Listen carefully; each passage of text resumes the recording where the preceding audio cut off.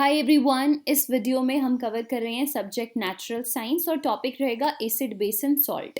यहाँ से हम दो कॉन्सेप्ट जो है वो कवर करेंगे और बहुत सारे क्वेश्चंस जो है वो हम इस टॉपिक के ऊपर कवर करते रहेंगे। ना सिर्फ इस टॉपिक के ऊपर बट नेचुरल साइंस सब्जेक्ट के और भी बहुत सारे टॉपिक्स जो सिलेबस में रहते हैं एग्जाम के, उनको हम कवर करेंगे। So let's get started. सबसे पहला क्वेश्चन आज हम ले रहे हैं, that is why curd and sour substances not kept in brass and copper vessels। जो दही होता है या जो खट्टे सब्सटेंसेस होते हैं उनको हम ब्रास या कॉपर के जो यूटेंसिल्स होते हैं, जो बर्तन होते हैं, उसमें हम क्यों नहीं रखते हैं उनको। तो देखिए, जो ब्रास और कॉपर है ना, जैसे ये पीतल होता है और तांबा होता है, इनके जो बर्तन हमारे घर पे होते हैं वो मेटल के साथ जो है वो हमारा एसिड जो है रिएक्ट कर जाता है। जो कर्ड है यानी जो दही है और जो खट्टे सब्सटेंसेस हैं, ये दोनों ही एसिड होते हैं। कोई भी खट्टी चीज़ या जैसे दही हो गया, ये एसिड होता है नेचर में। एंड एसिड जो है वो मेटल के साथ कंबाइन जब होता है तो सॉल्ट बनाता है और साथ में हाइड्रोजन गैस इवॉल्व होती है। हमेशा याद रखना, जब एसिड और बेस दोनों मिलते हैं, जब भी एसिड और बेस आपस में मिलते हैं, कंबाइन होते हैं, तो सॉल्ट बनता है। ठीक है, और सॉल्ट के साथ इवॉल्व होती है हाइड्रोजन गैस। फाइन।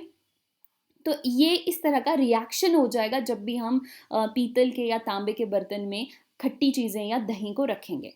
और जब खट्टी चीज़ें हम रखेंगे तो रिएक्शन होगा और उस रिएक्शन के बाद जो है जो सॉल्ट बनेगा ना, ये वाला जो सॉल्ट बनेगा, ये सॉल्ट काफ़ी टॉक्सिक होगा। एक तो जो हमारा खाना है या जो हमारा दही है या जो भी खट्टी चीज़, जैसे टमाटर लगी हुई सब्जी हो गई, दाल हो गई, वो कड़वी हो जाएगी। इन वेसल्स में हम ज़्यादा देर के लिए रखेंगे तो वो रिएक्ट करेंगे, सॉल्ट बनेगा और ये सॉल्ट टॉक्सिक होता है। ठीक है, ये सॉल्ट जो है वो टॉक्सिक होता है और ये हमें डाइजेस्ट नहीं होगा। हो सकता है फूड पॉइजनिंग हो जाए या वॉमिट हो जाए ऐसा खाना खाकर। तो इसलिए हम खट्टी चीज़ें या दही जैसे उनको जो है वो हम ब्रास या कॉपर के यूटेंसिल्स में, वेसल्स में नहीं स्टोर करते हैं और नहीं बनाते भी है। जैसे लोहे की कढ़ाई हो गई, उसमें भी हम खट्टी चीज़ें बहुत देर के लिए नहीं बनाते हैं। ठीक है, या कॉपर या पीतल की कोई चीज़ है, उसमें भी हम इनको ना तो स्टोर करेंगे और ना ही इनमें हम कुक करेंगे। ऑलराइट, चलिए अगला क्वेश्चन इसी पिछले क्वेश्चन से ही जुड़ा हुआ है। क्वेश्चन ये है that which gas is usually liberated when an acid reacts with a metal. जब कोई एसिड जो है वो मेटल के साथ रिएक्ट करता है तो कौन सी गैस निकलती है। और हम ये बात कर चुके हैं अभी कि जब भी एसिड और बेस आपस में रिएक्ट करते हैं तो वो सॉल्ट बनाते हैं और साथ में गैस कौन सी निकलती है, hydrogen. So hydrogen gas is in all the acid, वो रिप्लेस हो जाती है और लिबरेट हो जाती है एज हाइड्रोजन गैस। हाइड्रोजन तो होता ही है एसिड में, वो हाइड्रोजन रिप्लेस होता है और डिस्प्लेस होता है और फिर जो है वो हाइड्रोजन गैस के तौर पे बाहर निकलता है, इवॉल्व होता है साउंड के साथ समटाइम्स। तो देखिए एग्जाम्पल है, जैसे जिंक जो है ये मेटल है और ये एसिड है HCl, हाइड्रोक्लोराइड, हाइड्रोक्लोरिक एसिड।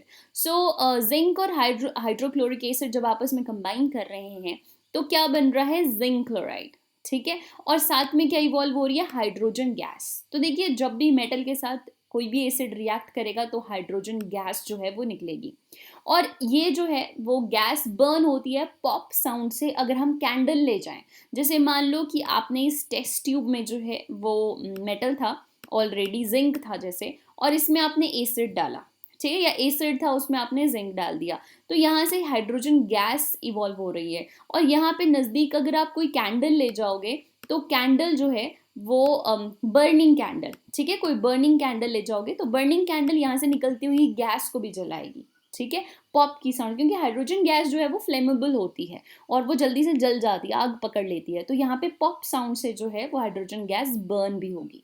तो इन शॉर्ट आपने क्या याद रखना है कि जब भी कोई एसिड किसी मेटल के साथ रिएक्ट करता है तो कौन सी गैस निकलती है, हाइड्रोजन गैस निकलती है। ऑलराइट, तो ये बहुत ही बेसिक कॉन्सेप्ट्स थे जो कि हमने कौन से टॉपिक से रिलेटेड पढ़े, acid, base and salt. I keep posting such videos, stay tune with us.